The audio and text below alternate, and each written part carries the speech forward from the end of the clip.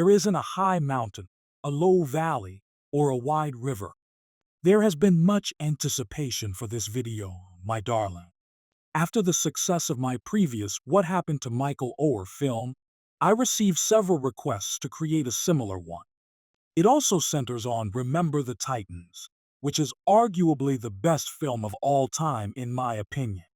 You may have wondered what became to Julius, Petey, and Bergier if you're an extreme Remember the Titans fanatic like myself. That is the main point of today's video. I mean, we might not get into Bertier's mom's present location, but we will discuss the movie's main players' lives and football careers.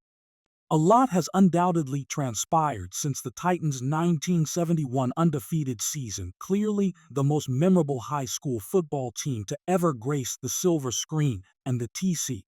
Williams desegregation was, well, a long time ago. This is what we'll cover, with a dash of real-life Titans interviews thrown in for good measure. In this approach, the movie's characters become more relatable as the audience gets to know them. Now, let's jump right into Sunshine. A lot of issues were resolved for the school and the city as a whole as a result of the victory. Ronnie Bates' talent was evident in the film, and it was also evident in real life. After that, Sunshine continued her collegiate career at South Carolina. He started for the Gamecocks in 1976 after redshirting and playing in the backup role for a while.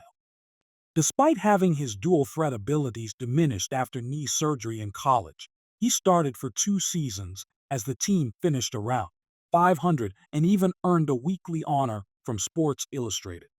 Near the end of his collegiate career, he threw for nearly 3,000 yards and ran for more than 1,000.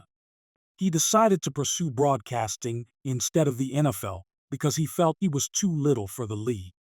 After a stint as a sports analyst for ABC and NBC, he moved on to his current role as sales manager for a South Carolina television station.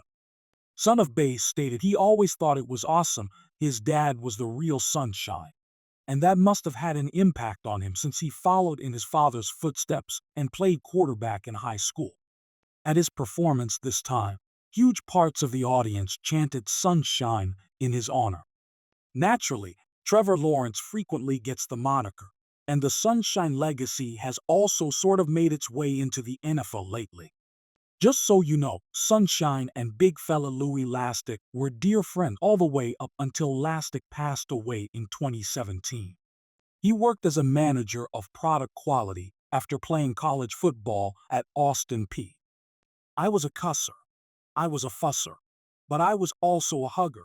In North Carolina, Herman Boone coached the football team that was supposedly the best in the country before he ever set foot in Alexandria. Therefore, he seemed like a decent pick if someone could emerge victorious from the seemingly insurmountable challenge of integrating football teams from different institutions and establishing a winning culture.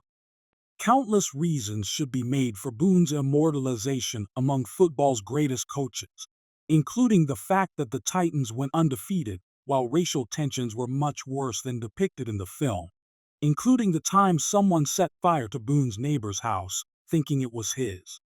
He went on to win 2 regional titles and 4 district titles after the 1971 season. His dismissal as head coach in 1979 was a contentious decision, with some criticism